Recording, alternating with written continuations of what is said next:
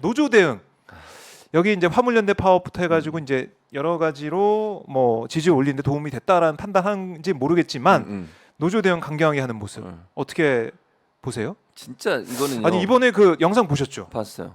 곤봉으로 내려치는 거. 근데 일부 언론은 이렇게 얘기하더라고요. 플라스틱 곤봉과 노동자들 휘두른 쇠파이프 대비해서 그 기자 정글도까지 정글도를 정글도도 이거 제목에 뽑아가지고 막 하던데. 오보예요, 오보. 아니, 그러니까 영상을 잘 보시면 자 정글도를 그분이 갖고 올라간 거는 네. 이제 고공에 농사를 하다 보니까 테이프 같은 게 붙어 있잖아요. 그걸 잘라내는 목적으로 가져간 거예요. 그러니까 본인은 이제 고공에서 농성을 하다 보니까 네. 이걸 옆으로 쳐내야 되는 게 있을 수 있잖아요. 그때 쓰려고 가져간 거예요. 그걸 무슨 뭐 경찰을 향해서 위협을 하거나 그리고 이제 경찰들이 무슨 뭐 사다리 타고 올라오잖아요. 타고, 그때 영상 잘 보세요. 이분이 칼을 옆에 놔요. 그건 휘두르지 않았어요. 그렇죠. 근데 신문 기자 어느 신문이더라? 내가 진짜 너무 황당. 제목을 뭐 제목을 정글도로. 그걸 휘둘렀다. 이런 식으로 제목을 써요. 보수 언론들이. 네. 그분이 그거 내려놓고 옆에 그 긴 뭐 막대기 같은 게 쇠파이프예요 그게? 쇠파이프로 얘기를 하더라고요. 쇠파이프는 이것도 확인이 안 돼. 어쨌든 긴 막대기 같은 게 있었어요. 그걸 들고 오지 말라고 접근하지 마라. 오지 말라고 내려쳐 사람을 일부러 안 치고 어디를 쳤냐면 이 난간 있잖아요. 그 사다리 차에 난간 있잖아요. 네네. 이 부분을 때린 거예요. 이렇게 오지 말라고 접근하지 말라고. 사람이 타고 있는 이제 바구니 부분. 네. 사람을 때린 것도 아니야. 물론 뭐 그 사람들 입장에서 경찰 입장에서 우리를 공격한다. 찰과상 뭐 이런 거 입었다고 얘기하던데. 근데 사람을 겨냥한 직접적인 그런 폭력은 아니었다. 본인들은 뭘 들고 왔어요? 곤봉 들고 올라갔잖아요. 자기들. 플라스틱 곤봉. 그러니까 플라스틱과 쇠파이프를 대비시키는 것 같아요. 언론에서. 어떻게 보세요? 자, 플라스틱이요. 네. 그러니까 얘들이 갖고 노는 이런 그 야구 방망이처럼 속이 텅 비어 있는 플라스틱이 아니에요. 경찰 곤봉 모르세요? 아, 봤죠. 경찰 곤봉은 딱딱한 플라스틱 있잖아. 아픕니다. 플라스틱 중에 한번 맞아봐. 그냥 기자한테 한번 맞아보라고 했으면 좋겠어요. 어떤지 이게 충격을 좀 느껴야 되잖아. 네. 기사를 쓰려면 이게 얼마나 강도가 있고 한번 맞아보세요. 그 내가 정도로 때려줄까? 그러니까 우리가 생각하는 플라스틱 그냥 뭐 장난감 플라스틱 이런 그거 전혀 아니에요. 이런 게 그러니까 아니다. 애들이 갖고 노는 거는 네. 때려도 안 아플 수 있지. 그것도 맞으면 아프긴 해. 그러나 안에 꽉 차 있는 이 네. 플라스틱은요 엄청나게 아파요. 그거 때리면 상처도 나고. 아니, 그래서 피가 났지 않습니까? 그러니까 그걸 머리를 때려요. 정수리에 맞아서 피가 이렇게 흘러내리는 그 영상까지 저는 우리가 볼 수 그 있었어요. 영상을 네. 20년, 30년에 본 것 같아. 최근에 보지를 못했어요. 봤어요 그런 영상? 맞죠. 난 처음 봤어요. 이명박 때 명박산성하고 그때까지는 있었는지 모르겠어요. 그다음에 박남기 그 농민 예. 그때 백남기. 있었죠. 그 뒤에는 없었다니까 이런 일이 지금까지. 네. 근데 다시 돌아가 그때로.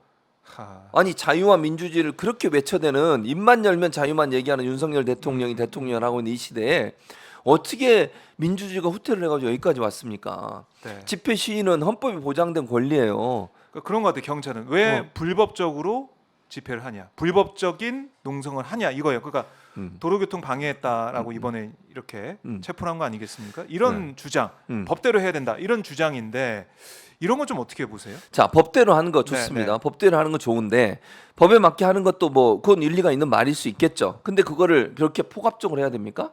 머리를 때려가지고 피가 나도록 해야 돼요? 아니 법대로 하려면 범칙금 물리고 예를 네. 들면 뭐 진압을 하더라도 사람을 다치게 하면 안 되는 거 아니에요? 아니 사람에게 어떤 뭐 피해를 주거나 아니면 네. 뭐 상처를 주거나 이러면서 진압을 해야 돼요. 법이 그렇게 하라고 돼 있어요? 말 안 들으면 머리 까라고 돼 있습니까? 죄송합니다. 까라고 그래서 그렇게 돼 있어요? 곤봉을 그렇게 휘둘러 가지고 사람을 그렇게 막 뭐 눕혀놓고 그다음에 보셨죠? 미국 경찰들이 총 들고 있는 사람 진압할 때 하는 것처럼 하는 거 눕혀놓고 목을 네.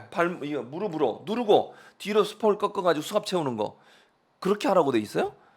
그게 진압을 하는 겁니까? 아니 대체 법에 어긋나면 법대로 하세요. 그러면 법칙금 발부를 하든지 경고해서 안 되면 뭐 해산시키든지 하는 건 좋은데 사람을 그 지경을 만들면서까지 폭력을 행사해야 돼요. 경찰이? 폭력을 행사하라고 돼 있어요? 아니 어느 법에 경찰이 진압하면서 폭력을 행사해도 괜찮다는 말이 있습니까? 이게 어디 그런 게 있어요? 어디 머리에 상처나게 진압하라고 돼 있습니까? 그러니까 이게 이제 과잉 대응하고 있는 그런 모습이고 특히 이제 경찰의 이제 대응 태도를 보면 뭐 지금 보니까 민주노총 대규모 집회 앞두고 뭐 특진도 막 이 걸리고 이번에 보니까 계약서 작성 강요 화물연대 간부 검거한 경찰에 특진했다. 뭐 이런 얘기도 있고 이게 당근을 내걸고 인센티브를 그렇죠. 내걸면서 강경 그리고 이제 양형 얘기도 하고 있는 거 아니겠습니까? 양형을 좀 세게 해다 공무집행 방해에서는 그런 식으로 해서 그러면 경찰의 이 책임 소재도 좀 없애주는 그런 쪽으로 가는 걸로 이 검거나 진압할 때 그 상황에서 그러니까 경찰 입장에 경찰이 자유를 이제 보장해주는 그렇죠. 검거할 때 뭔가 좀 과잉 대응이나 해도 과잉 검거가 있어도 이걸 그냥 넘어갈 수 있는 그러니까 경찰의 자유를 보장해준 쪽으로 가고 있는 모습이에요. 그렇죠. 그게 결국은 이런 이제 이런 과잉 대응을 하게 만드는 요소가 되는 거죠. 경찰은요. 가능한 한 시위대를 자극하지 않고 시위가 잘 끝날 수 있게 해주는 게 평화적으로 역할. 그렇죠. 끝날 수 그게 있게. 역할이에요. 그게 이제 너무 과열돼서 다른 사람들에게 피해를 줄 때 그거에 개입을 해서 피해가 되지 않도록 막아주는 역할을 하는 것이지 네. 강제로 해산을 시키는 역할을 하라고 경찰이 있는 게 아니에요. 경찰이 무슨 시위는 헌법에 보장된 권리잖아요. 그 자체가 피해를 당하는 형태의 공권력이 동원되는 것 자체가 문제라고 저는 생각해. 그리고요, 잘 생각해 보세요. 시위는 일정 부분의 불편함을 동반하는 거예요. 시위가 불편함을 동반하지 않는 시위가 어디 있습니까, 세상에?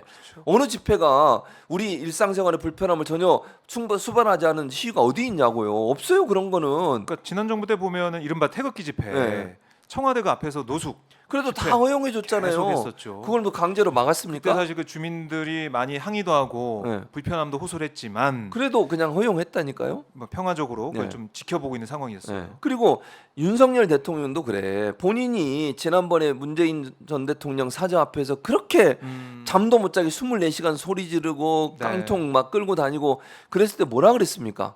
법에 보장되는 거 어떡하냐. 집회의 자유가 있고 대통령실 앞에 100m 근처에도 집회하고 이러는데 그것도 난 어떻게 할 수 없다. 이랬던 사람이에요. 본인 입으로. 네. 근데 지금 기억납니다. 이제 와서 왜 이러시는 거예요, 대체? 아니 웃기지 않습니까? 내로남불의 전형 아니에요? 아니 그렇게 맨날 입만 열면 전 정부 탓만 하더니 본인의 한 말을 본인이 뒤집고 있잖아요. 지금 몇 달 되지도 않았는데. 그렇네요. 야, 이게 뭐 언론 뭐 노조 뭐 계속해서 탄압하고 있다, 때리고 있다 이런 비판이 나오고 있는데 결국 이것도 지지층 결집을 그렇죠. 통해서 지지율 좀 올리겠다라는 그런 생각이 아닌가? 당연히 그렇죠. 아, 아니, 그러니까 총선 잘 앞두고? 생각해 보세요. 네. 예전에 대우조선 해양 그 하청업체 직원들 그때 한번 막 압박을 했잖아요. 그렇죠. 막 손해배상 손배소, 청구하고 예. 그다음에 강제로 해산시키고 이랬잖아요. 그리고 나 지지율 어떻게 됐어요? 약간 올랐어요.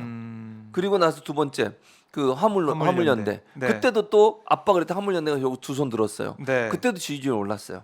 이게 저는 학습된 효과라고 생각해요.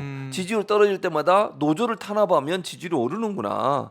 오를 방법이 없으니까 정치를 잘하고 네. 무슨 정책을 잘해서 국민들의 지지를 받는 그런 지지율을 높이는 방법이 아니라 어떤 상대를 적으로 규정하고 적을 탄압해서 그 탄압의 반대 효과로 결집을 시키는 네. 그런 효과가 있었다고 본인이 경험하게 되니까 결국 그 일을 계속하는 거예요 지금. 이게 얼마나 위험한 일이냐고요. 네. 본인의 정치적 이익을 위해서 정상적인 어떤 물론 100번 양보해서 일정 부분의 불법이 있을 수 있다고 봐요. 그게 전혀 없다고 제가 얘기할 수는 없겠어요. 워낙에 또 많은 사람이 모이고 그렇죠. 다양한 일들이 펼쳐지다 그러면 보니까 그 일이 있고 난 뒤에 그런 일을 한 사람들을 체증을 해서 네. 그분들에 대해서 범칙금을 부과하든 어떤 뭐 법적인 대응을 하는 거는 누가 뭐라 하겠습니까? 네. 근데 이게 아니라 원천적으로 집회하는 것 자체에 대해서 여러 가지 제약을 하겠다 그러고 뭐 캡사이신을 뭐 쏘겠다 그러고 살수자도 동원할 수 있다 그러고 이렇게 하면 안 되는 거지. 이거는 집회 자체를 아예 원천 봉쇄하려는 거잖아요. 네. 지금은 노조지만요. 노조만 타깃으로 하겠어요? 저는 촛불 집회를 타깃으로 한다고 생각해요.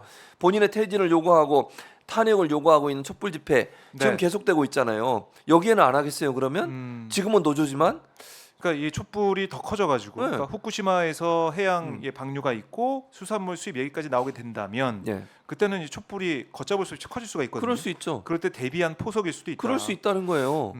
그래서 살수차도 지금 뭐 시간을 차차 두고 이제 고민해본다, 검토해본다 이렇게 얘기하던데 그건 경찰 쪽에서 이것도 구입해가지고 예. 캡사이신 섞어가지고 어떻게든 쏘려고 할 거다. 그럴 수 있다는 거죠. 그래서 살수자 같은 걸 보세요. 문재인 정부 때 다 없애버렸어요. 폐차시키고 폐차시켰죠. 그걸 다시 사겠다는 게 이게 말이 되는 겁니까 대체? 이것도 우리의 세금인데. 그러니까요. 그럼 뭐하러 국민들 아니면 시위하는 사람들 자기 주장하는 네. 사람들 그 사람들 억압하기 위해서 세금을 씁니까?